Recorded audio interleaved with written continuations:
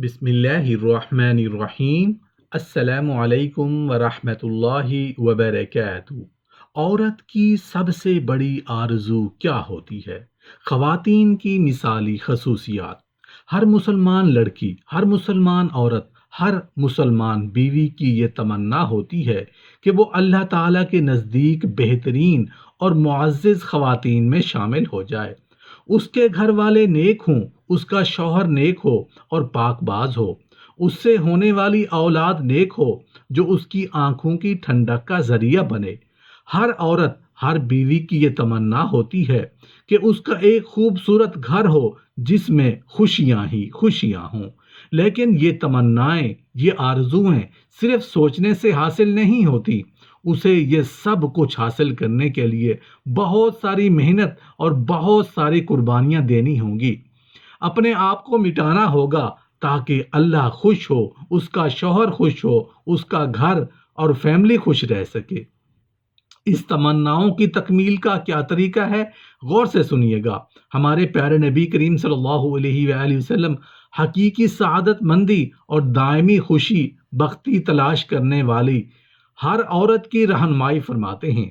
ہر وہ عورت جو دنیوی زندگی کے اندھیروں میں ٹھوکریں کھاتی پھرتی ہے، جو اللہ تعالیٰ کے حضور قلب سلیم کے ساتھ لوٹنا چاہتی ہے، جو سالہ سال سے دکھوں اور غموں کا شکار ہے، جو اللہ تعالیٰ اور آخرت کے دن پر ایمان رکھتی ہے اور جو دنیا اور آخرت کی کامیابی کی متلاشی ہے، تو پھر فرمایا اللہ تعالیٰ اس کے رسول صلی اللہ علیہ وآلہ وسلم کے نزدیک اس کے لیے بھلائی کا یہی راستہ ہے۔ علماء نے لکھا ہے کہ نیک بیوی کی 4 صفات ہوتی ہیں۔ اس کے چہرے پر حیا ہو۔ یاد رکھیے کہ سرخی پاؤڈر سے انسان کے جمال میں اضافہ نہیں ہوتا، انسان کے جمال میں تو حیا کی وجہ سے اضافہ ہوتا ہے۔ جس کے چہرے پر حیا ہو، اللہ رب العزت اس کے چہرے کو پرکشش بنا دیتے ہیں۔ زبان کے اندر شیرینی ہو، یعنی نرم بولنے والی ہو، جب خاوند سے بات کرے تو نرم لہجے میں بات کرے۔ عام طور پر جو عورتیں غیروں سے بات کرتی ہیں تو سارے جہاں کی شیرینی ان کی زبان میں آ جاتی ہے، اور جب خاوند سے بات کرتی ہیں تو سارے جہاں کی کڑواہٹ ان کی زبان میں ہوتی ہے۔ اس کو شریعت نے منع فرمایا ہے، لہٰذا جب خاوند سے بات کریں تو زبان کے اندر شیرینی ہونی چاہیے، دل کے اندر نیکی ہو، بدی اور برائی نہ ہو، یعنی وہ عورت نیک نیت ہو۔ عورت کے ہاتھ میں ہر وقت کام میں لگے رہتے ہوں، یعنی عورت گھر کے کام کاج میں، بچوں اور خاوند کے کام کاج میں لگی رہے۔ یہ 4 خوبیاں نیک اور نیک دیندار عورت کی پہچان ہے۔ بہترین عورت وہ ہے جو اپنے خاوند کو یہ احساس دلا دے کہ وہ اس کے نزدیک بہت عظیم ہے اور اسے اپنے خاوند کی اسی طرح ضرورت ہے جیسے زندہ رہنے کے لیے اسے کھانے پینے کی ضرورت ہوتی ہے۔ افضل عورت وہ ہے جو اپنے خاوند کے حقوق کی پاسداری کرے اور اسے اس کے لیے کسی تنبیہ اور وضاحت کی ضرورت پیش نہ آئے۔ بہترین عورت بخوبی جانتی ہے کہ اس کے خاوند سے بھی غلطی سرزد ہو سکتی ہے، کیونکہ وہ غلطی سے معصوم نہیں ہے، لیکن وہ اپنی ذہانت اور ہوشیاری سے اپنے خاوند کو سنبھال لیتی ہے اور اپنے گھر میں پیدا ہونے والی مشکلات کا حل نکال لیتی ہے۔ اچھی بیوی کی ایک خوبی یہ بھی ہے کہ وہ اپنے خاوند سے ہونے والی غلطی کی اصلاح کے لیے مناسب وقت اور مؤثر طریقہ اپناتی ہے۔ بہترین بیوی کشادہ دل ہوتی ہے، لہٰذا وہ اپنے خاوند کی بے شمار خامیوں اور عیوب کو نظر انداز کر دیتی ہے، جب تک معاملے کی نوعیت شدید ناگواری یا پریشانی تک نہ پہنچ جائے۔ بہترین عورت اپنے خاوند کے پسندیدہ امور پورے کرنے کے لیے بھرپور کوشش کرتی ہے، اگرچہ ان میں سے کچھ اسے ناپسند بھی ہوں، مگر وہ خاوند سے اپنے پیار کے اظہار کے لیے اس کے سارے احکام پورے کرتی ہے، سوائے کسی غیر شرعی مطالبے کے۔ اچھی بیوی میں یہ خوبی بھی ہوتی ہے کہ وہ لڑائی اور اختلاف کے بعد اپنا محاسبہ کرتی ہے اور اپنے آپ سے سوال کرتی ہے کہ میرے خاوند نے جو کچھ کہا اور جو کچھ کیا، آخر میں اس کی کیا وجہ تھی اور میں نے کیا کوتاہی کی، معاملہ اس قدر بگڑ گیا۔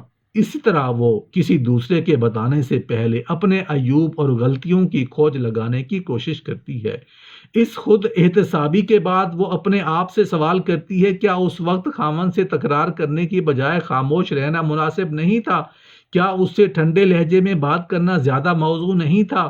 اس اسلوب کے ساتھ بہترین عورت اپنے شوہر کے ساتھ یوں پیش آتی ہے گویا وہ کسی حالت میں بھی اس سے بے نیاز اور بے پرواہ نہیں ہے۔ مسلمان عورت کا اپنے خاوند پر یہ حق ہے کہ وہ اسے بد دیانت نہ سمجھے اور اس کی خامیوں اور لغزشوں کو ٹوہ میں نہ رہے۔ اس کے برعکس خاوند کا بیوی پر یہ حق ہے کہ وہ اس کی عدم موجودگی میں اپنی عفت و عصمت کی حفاظت کرے۔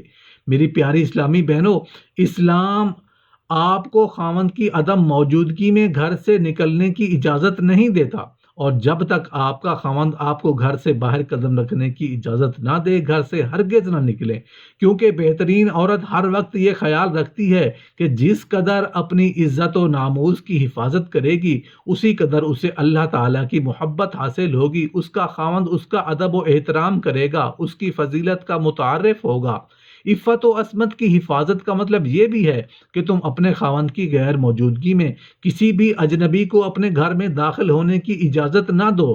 جناب تمیم بن سلمہ رحمۃ اللہ علیہ بیان کرتے ہیں کہ حضرت عمرو بن عاص رضی اللہ عنہ حضرت علی بن ابی طالب رضی اللہ عنہ کے گھر کسی کام سے آئے، مگر حضرت علی رضی اللہ عنہ کو گھر میں موجود نہ پایا تو واپس چلے گئے۔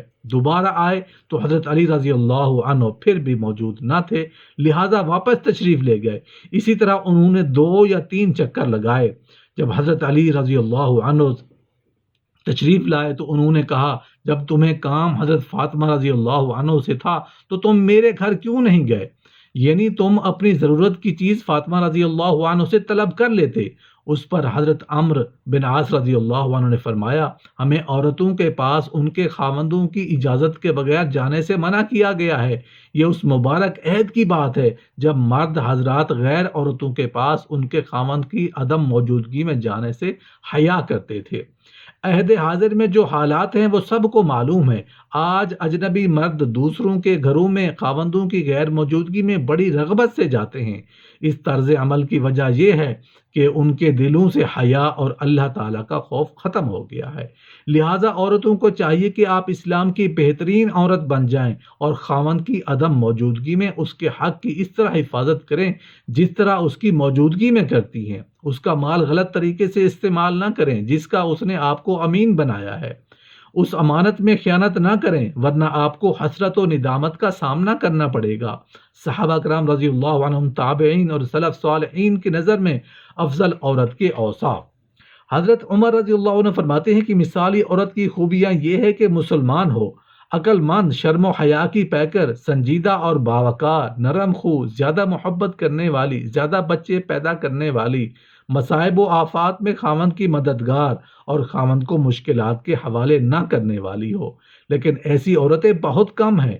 حضرت علی رضی اللہ عنہ فرماتے ہیں، بہترین عورت وہ ہے جس کی مہک خوشبو خوشگوار ہو، کھانا پاکیزہ ہو، پیسہ خرچ کرے تو میانہ روی اختیار کرے، سنبھال کر رکھے تو بھی اعتدال اور میانہ روی کو ہاتھ سے نہ جانے دے۔ ایسی عورت اللہ کے کارکنوں میں سے ہے اور اللہ کا کارکن کبھی ذلیل اور رسوا اور نامراد نہیں ہوتا۔ حجاج نے ابن قریہ سے کہا، شادی کے بارے میں تمہاری کیا رائے ہے؟ انہوں نے جواب دیا، میں نے دنیا میں سب سے زیادہ خوش نصیب شخص، سب سے زیادہ خوش و خرم، سب سے پاکیزہ اور عمدہ زندگی گزارنے والا، دیر پا مسرتوں والا، خوشحال اور بھرپور جوانی سے لطف اندوز ہونے والا وہ شخص دیکھا ہے جسے اللہ تعالیٰ نے مسلمان، امانت دار، عفت و عصمت والی، حسین و جمیل، نرم دل، نرم خو، صفائی پسند اور اطاعت گزار بیوی کی عطا کی۔